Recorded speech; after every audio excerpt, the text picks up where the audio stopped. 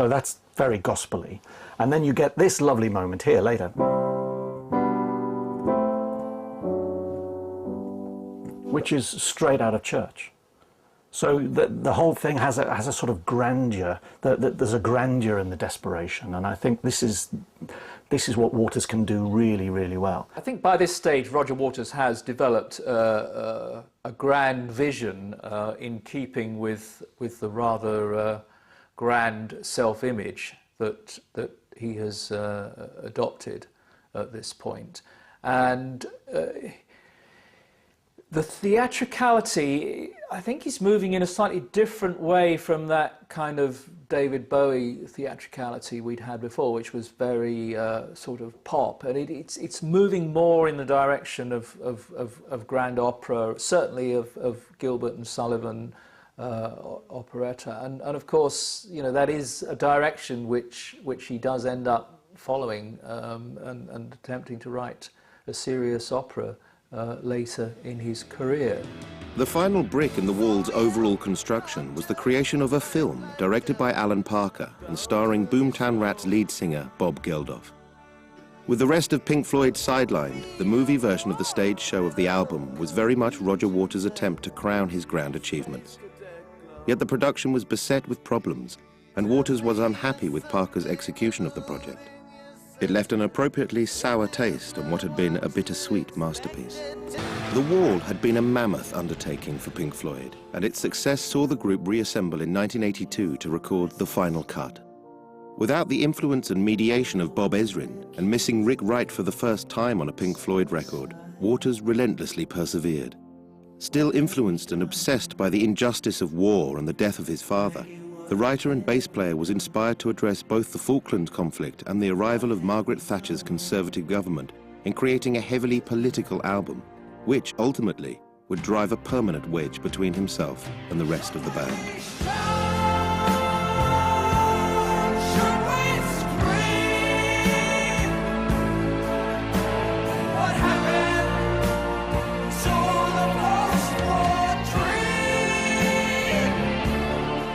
By the time they came to make the next Pink Floyd album, The Final Cut, there were definitely huge cracks appearing in the band.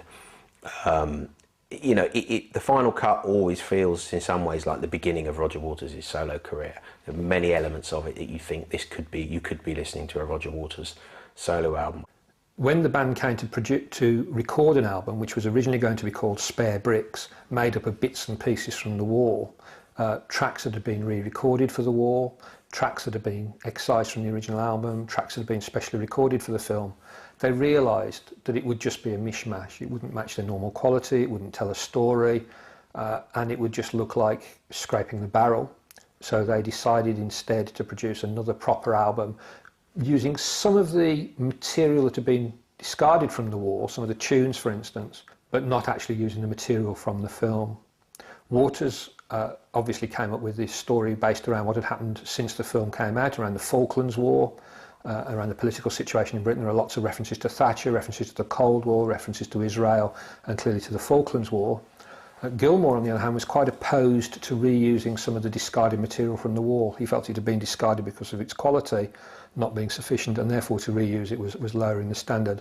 And he's said since that there are only 3 tracks on there that he considers worthy of the name Pink Floyd. I felt that Roger was resurrecting tracks that we had not accepted for the Wall album. And I did say to him, they weren't good enough then, why are they good enough now? It got so difficult that Roger wanted me to not have a say in what was going on the production side of the album. So after a lot of arguing and umming and ahhing and soul-searching, I agreed to come off the production credits. Brezhnev took Afghanistan and Begin took Beirut. Galtieri took the Union Jack. And Maggie, over lunch one day, took a They're not what I would regard, and I suspect most Pink Floyd fans would regard as characteristic Floyd material. They're overtly political, which means they're not quite as mysterious and enigmatic, which had been trademarks of the Floyd throughout. They're a lot more literal and very, very personal. I think another sticking point for the others in the band, which is obviously just David Gilmour and Nick Mason at this point, was that, again, it was Waters returning to very autobiographical themes: the death of his father, his feelings about war. There's a lot of very heavy political sentiment on it, particularly inspired by Margaret Thatcher, who was, of course, Prime Minister at the time, and also the Falklands War, which was going on at that point.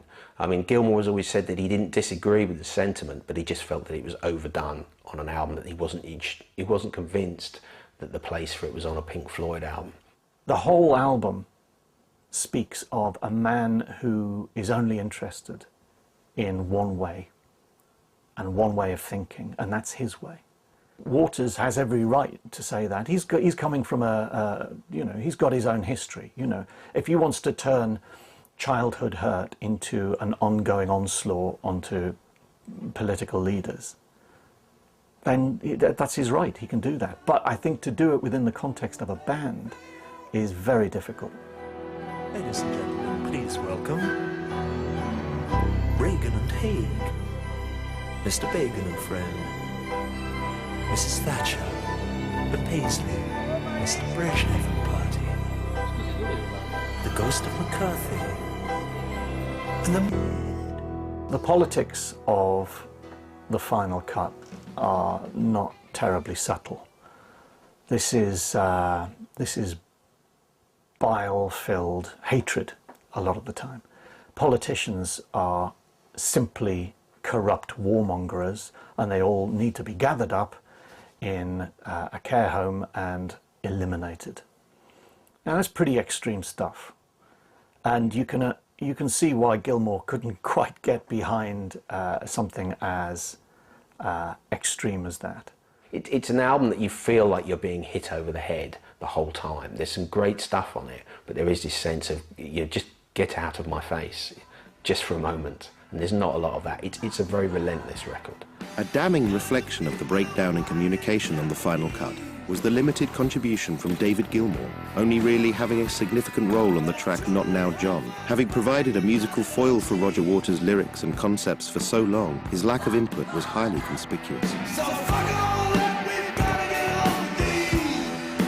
Gotta get off the knees. I mean, the thing that stands out about it is that, Gilmour you don't feel his presence on that album as much as you do on the others. His playing on it is actually excellent. There are 2 or 3 really good songs on there, but there is definitely a sense that by that point, I think Gilmour had run out of steam with Waters. It was a very, very difficult working relationship, and he'd sort of taken this attitude, he's like, well, I'll play guitar as and when you want me to, but, I'm not going to do very much more than that.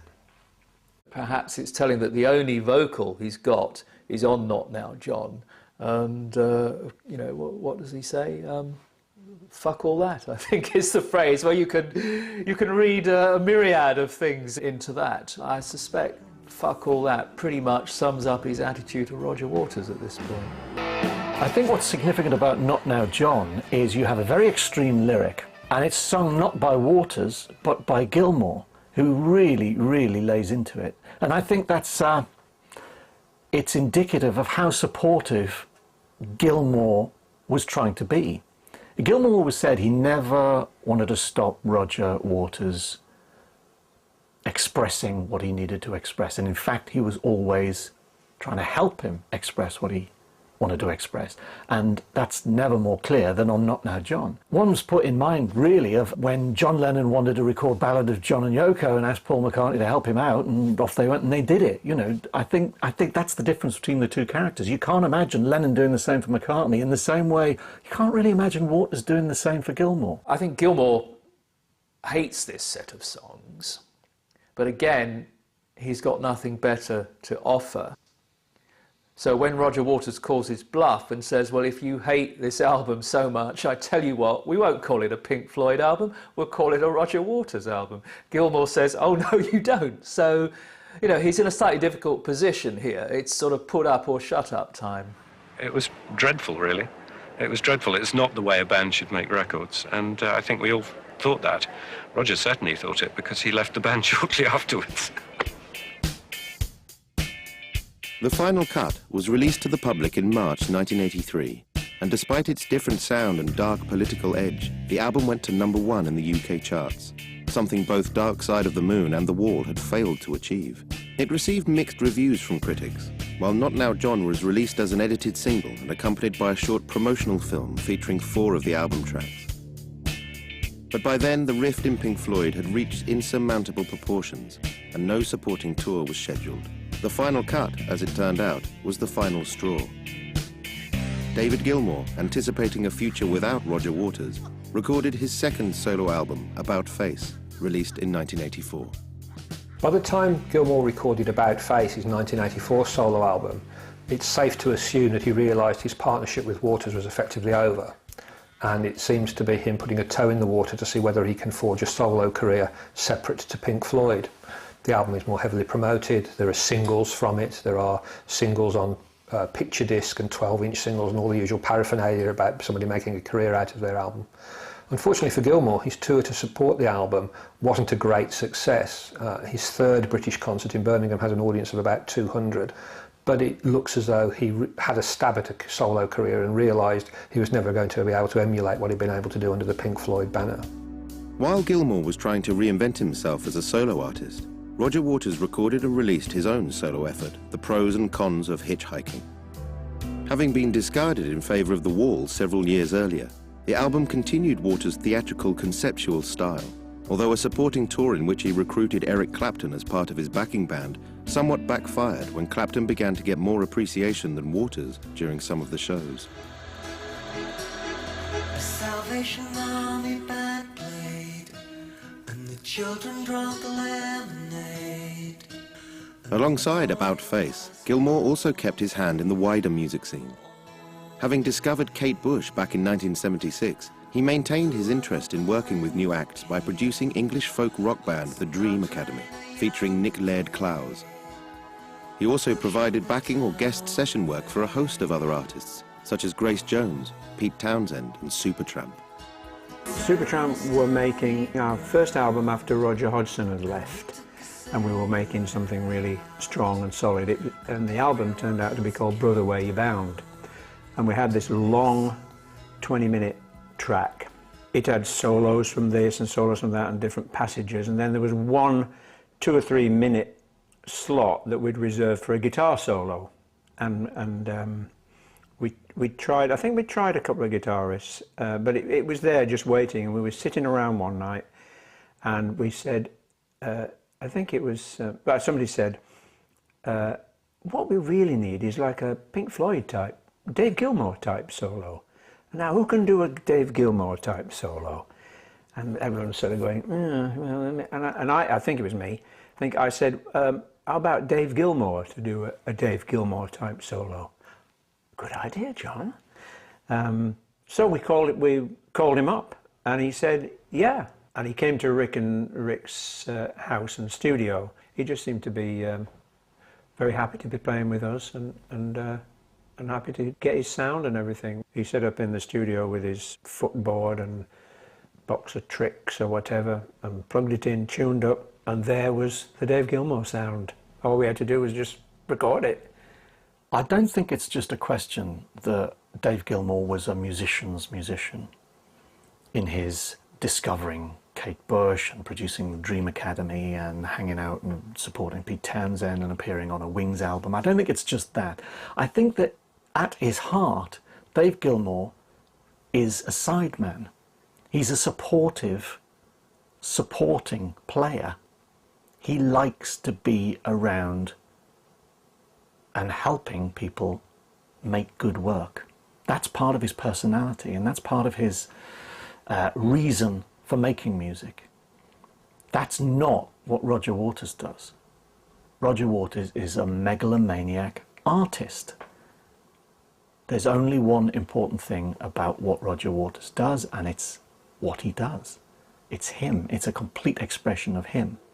Dave Gilmour never had that until he was forced into it by the absence of Roger Waters.